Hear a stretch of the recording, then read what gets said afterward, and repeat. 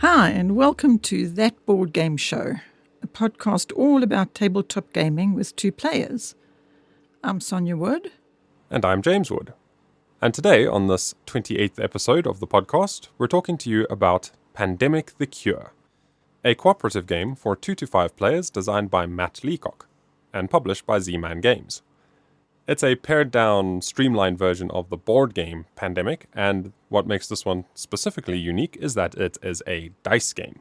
So everything is done with dice. You roll in dice for the infections, you roll in dice for the cures, you roll in dice for outbreaks. Everything is dice, dice, dice. And basically how it works is you've got the continents of the globe represented by little discs, and then in the central area you've got a little ring that you're putting your treated diseases into, and then that creates your pool from which outbreaks and things happen. Each player gets a roll card, just like normal Pandemic. You can be the medic or the scientist or the logistics planner or whatever. I can't remember all the different characters. And each character has a unique set of dice. So that's basically how their special abilities are represented, is the faces that they have on their dice. And you're using your dice to move around, to treat disease, cure disease, and basically you're trying to collect enough samples of diseases to roll 13 or higher on your d6s that you're going to be rolling for the infections. If you can achieve that for all 4 diseases, you win. If you can't, well, you lose, and the world falls into rack and ruin. Or you win together or you lose together. As is the case with every Pandemic game. And the thing I like about this Pandemic game is it's got lots of dice. Dice, dice, dice. So if you're a fan of dice games, well, this one definitely tick, tick, tick for me. Yep. This podcast, we're specifically talking about playing the game as a 2-player, although this goes up to 5, doesn't it? Yeah, it plays up to 5, and ironically, we haven't actually played this one with just 2. No, we played it with 3. We played it with Simon, who has done a video for it on the channel, one of his Read the Card episodes, where he simulated a 3-player game playing all by himself. Yeah, and it is That Board Game Show YouTube channel. Yes. You've got that on. So what we're hoping to do is you do the video and then we talk about the game, and you do a video and we talk about the game. It's rather nice because people get to see the video if they want to go and see more about this game. And if my little 2-minute overview wasn't enough for you, you can go get Yeah, all the details. Yes, on the video. Yeah. But as far as an experience is concerned, first off, I am all about theme, and I love the theme of this game. People who are familiar with Pandemic, the base game, will know the theme is all about curing diseases. Yeah. And it's being the a team. exact same theme, yeah. It's virtually, in many ways, very similar to base Pandemic before they started getting all fancy with different versions and editions. And Yeah. It's similar, but what is different to me for it is it doesn't have a board of the world map. It's got the little discs instead, which is still a world map, but they represented differently. Yeah. So visually it's very different. In fact, when I saw a video of it the first time, long ago, I wasn't drawn to it by what I saw visually.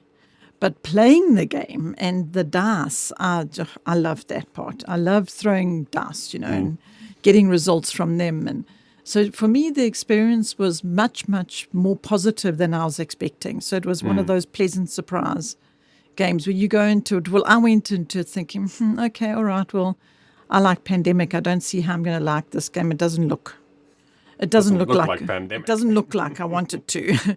and yet I forgot all about how it was looking because I was so immersed in the game very quickly, and it was a lot of fun. Yeah. Yeah, we played it with 3 players, so it was definitely enhanced by the Simon Reed being at the table. Yes, because he's quite entertaining. Quite the card. Quite the card, Read the Card, excuse the pun. His surname is Reed. Yeah. So what were you saying? It was quite different with him being at the table. Yeah, meaning it would different. I imagine if it was just the 2 of us, it would be quite different. So yeah. It's interesting that this is a podcast all about 2-player games, and here we are talking about a game we played with 3. And we can't talk about it as a 2-player because you know why? We don't have it. Nope. And we this played is Simon's the thing. copy. Yeah, this is the thing with being in this hobby is we do really want all the games. And we see a game, oh, want that one, oh, want that one. But we do have a few hundred, and we tried the culling thing. It doesn't work for us. Yeah, we collectors. We just accept it.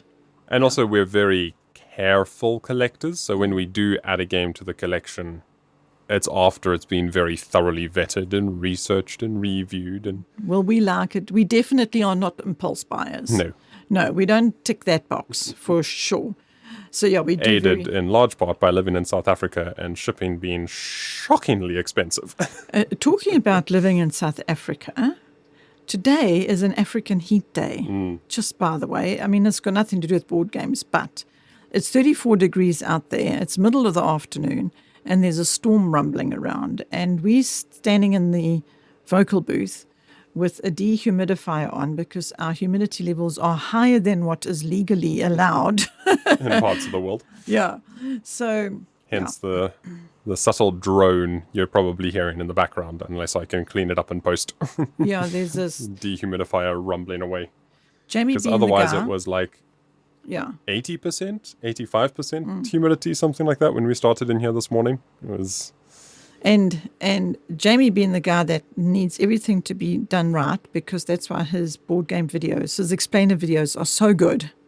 And that's just not just my opinion because I'm his mother. It's actually for real because people say how good they are. He's standing here grinning at me. As you notice, we're standing. We're not sitting at this podcast today. Well, they wouldn't have exactly noticed because they can't see the podcast. No, they wouldn't have noticed. But I did say we're standing here in South Africa earlier. So maybe noticed was not the right word. Maybe you heard me mention.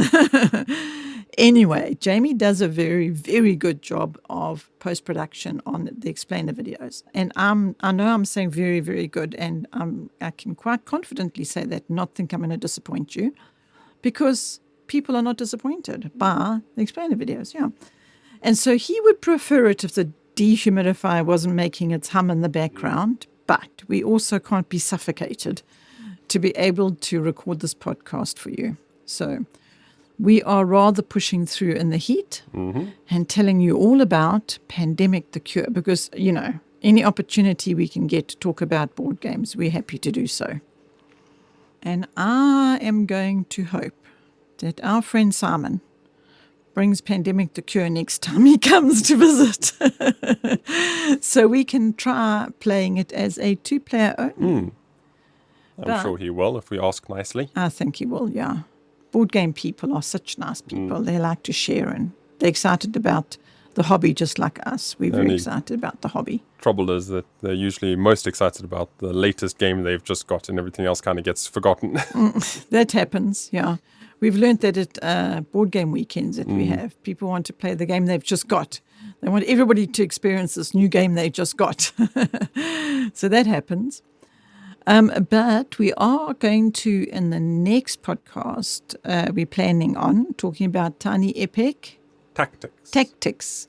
Now, this is a game we have played as two-player a few times, and you've done busy doing an explainer video, the post. It's currently in the edit suite, getting the finishing touches put on it, so that should be going up on the YouTube channel soon after this podcast. Yeah. And then the next podcast will be talking about that video after it's gone live. Yes, that is the plan. That's an interesting one. It's got all kinds of modes of play in different ways. It's like 5 different games in one. I tell you what, hats off to Scott. He's the designer. Scott Elms, yeah. No, I tell you what, I am impressed. Because, wow, so much packed into a little box. But anyway, we're not going to talk about it too much today because that's just a teaser for the next episode. Next podcast that we want to tell you all about Tiny Epic Tactics. For now, it was Pandemic the Cure. And the other thing that we can also, if we're going to do little tastes of something to come, I'd like to tell them about the fact that we want to start the two-player playthrough. Yeah, we've done a couple trial runs and we're figuring out how we're going to pull it together with sets and cameras and things. But yeah, we're hoping to start filming more two-player playthrough, just more casual, relaxed playthrough videos as opposed to the explainer, all the extra post and everything. Just a sitting at the table playing clipped and cut version of us playing a game. Yeah. So we, as Jamie says, he's working out the technical parts. I'm not. I just enjoy coming to the table and sitting down and playing the game. And he has learned with doing his explainer videos to engage with the camera. Well, that's not something I'm doing very well because I'm getting lost in the game on the table in front of me. So I don't do too well with the engaging with you who are watching. So, we're going to do a few trial runs and see if we can make that work. But we are excited about it. We're looking forward to sharing these two-player tabletop gaming, mom and son, and having fun. Oh, there we go. I'm a poet. I don't even know. Mom and son having fun. Johannes from Board Gaming Ramblings would be pleased with me. We enjoy Board Gaming Ramblings. Johannes and Sunniva are Norwegian, if you don't know about them. They are so much fun. We enjoy watching their videos. And Johannes likes making little songs and poems. And about that, Johannes, if you're listening, actually, Jamie, please send this to Johannes. Please, would you do us a song, Johannes? I want you to know how much joy you brought us from that song that you did. Yeah. Oh, he must do more of those. You must, I think it was based off one of the songs from Moana. Yes. He did a board game parody version of it, and it was so good. I mean, please, go to his channel and watch that. Yeah. I can assure you, just like I'm being confident about Jamie's explaining videos. I'll try to find it and link it in the show notes. Oh, that'll be nice. But it was good. But he needs to do more of that. Johannes, please do some more songs for us. Maybe you'll enjoy my mother and son having fun little line. Maybe you can make a song with that. Yeah, there you go. Okay, well, now I'm talking to Johannes and forgetting about the fact of everybody else that might be listening. So thank you for listening, because what I do now when I'm finished sharing with you and chatting on this podcast is I always go and put the kettle on because it's always tea time. So I am going to go and do that now. I'm off to put the kettle on, and thank you for listening to this podcast.